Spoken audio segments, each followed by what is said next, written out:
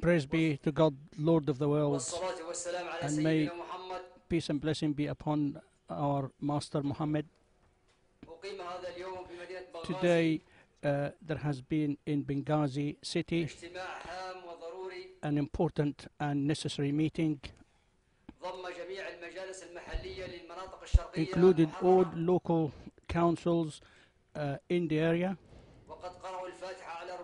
and they have read the Quran for the martyrs, and also for our people in the West and in Zintan, Zawiya, the struggler and the Western Mountain, and in Khomis and Zlatan, and in Tripoli, the capital of Libya, and wish that they are able to stand steadfast, and those present decided to form a provisional government, and the capital of which will be Benghazi until Tripoli has been freed, and it will carry out all the works, and also any free area will be added to it later on. The Minister of Justice has been nominated as its president. Mr. Abdul Hafiz Hoga is the official spokesperson of the provisional government, who is the head of the previous Libya,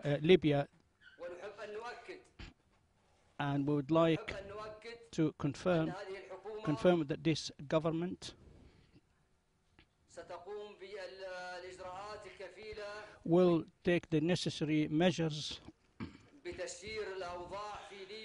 to take care of the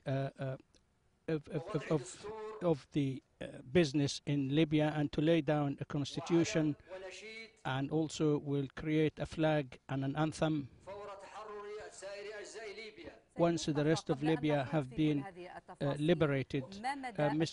Before we continue, what kind of coordination have you created amongst yourselves who announced this new provisional government, and all the other parties, including Tripoli? And we heard some people expressed fears about Tripoli may feel a bit basically left out in this, in Tripoli in particular. We are on continuous contact with our struggling brothers in Misrata who have been subjected to attack and shelling today. We are also on contact with our colleague Adel Zintani, who is an activist in Zintan, who's human rights activist in Zintan, and also our brothers in Zawiya, and also all over the Western Mountain, and we will not exclude any inch of Libya to share in this government, which is a national government, the capital of which is Tripoli. The biggest share of this government will be for the western side. This is in proportion with the population and the political and administrative history in Libya. The south will also have its share. And who are the people of Mr. Abdurrahman Shalgam, who was up to the responsibility, and he has also shown his patriotism over and above anything else, and also our brothers in Benghazi. We don't forget them, who know how truthful I am, and that the Brigadier Abdel Fattah Yunus, since he has taken charge of the internal affairs in Libya, and he is very keen not to confront the demonstrators in any kind of violence.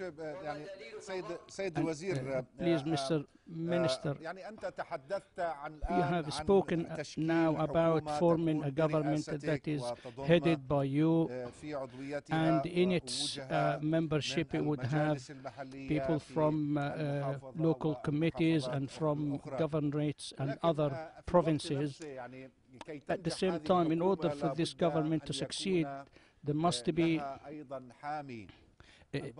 someone that protects it. There has to be some to protect it. People are talking about having a unified army for Libya. So how are you going about this in order to actually achieve an actual reality for Libya in the coming period?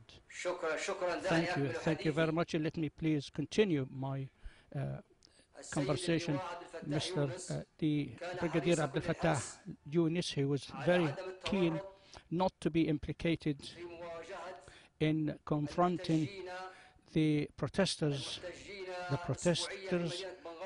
weekly in Benghazi, and to confront them with violence, despite the fact that Gaddafi and his aides asking him to do so in many meetings, and the last one was the People's Congress now, and also in the presence of Mr. Hosni Haishi, and also this secretary of the People's Congress in Batnan, and also the one from Zawiya,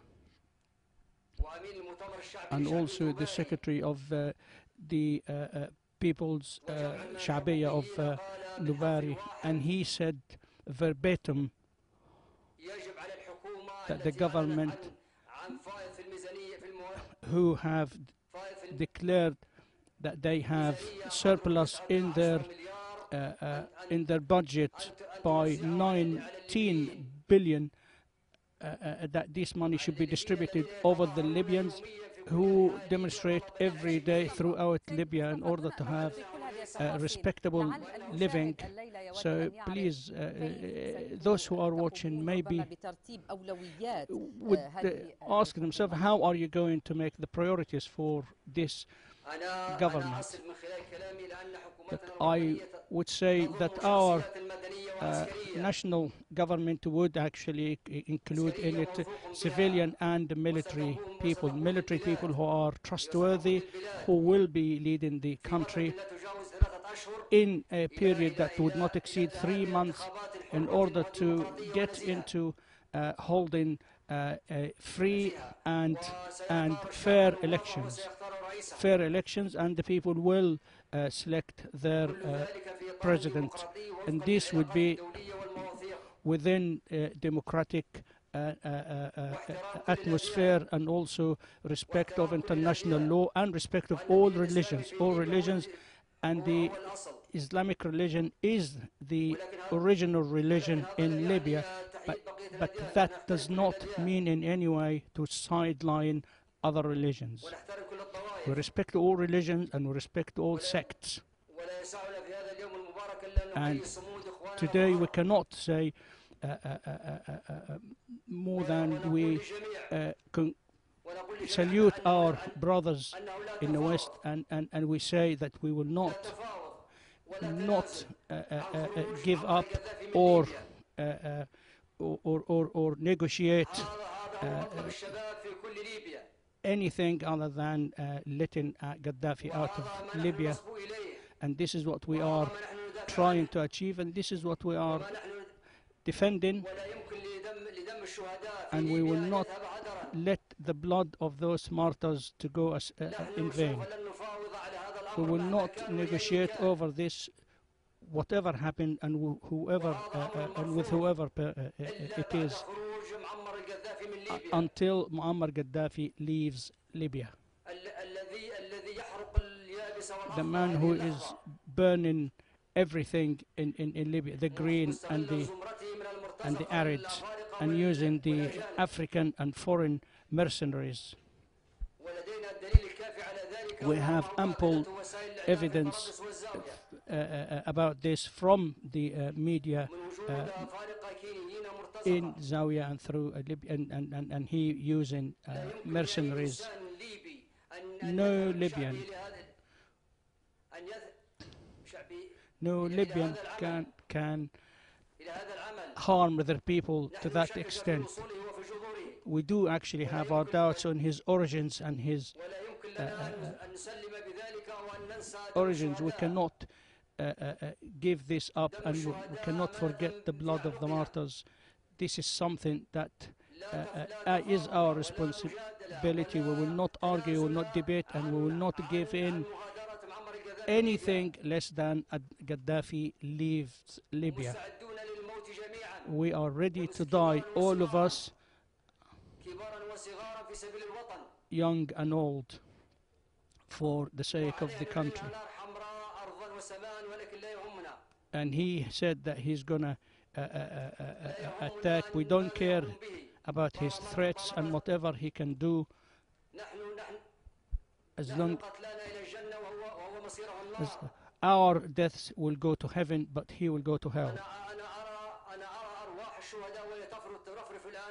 And I could see the souls of those who martyrs are actually flying in heaven.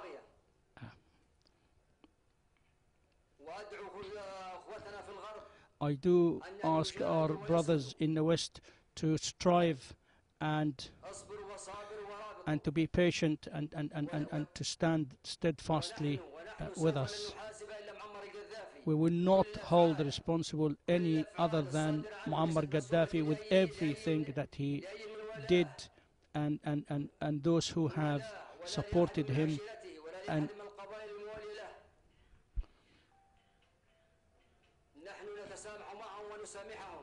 we will forgive those who come from his clan and from his tribe, because we know his dictatorship, and we know his oppression, and we know his blood-thirsty attitude.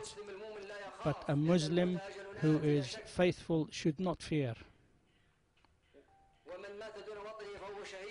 Those who have died for the country, those who died for their honor, these are all martyrs. Muammar Gaddafi has attacked the honors of people. He took their money,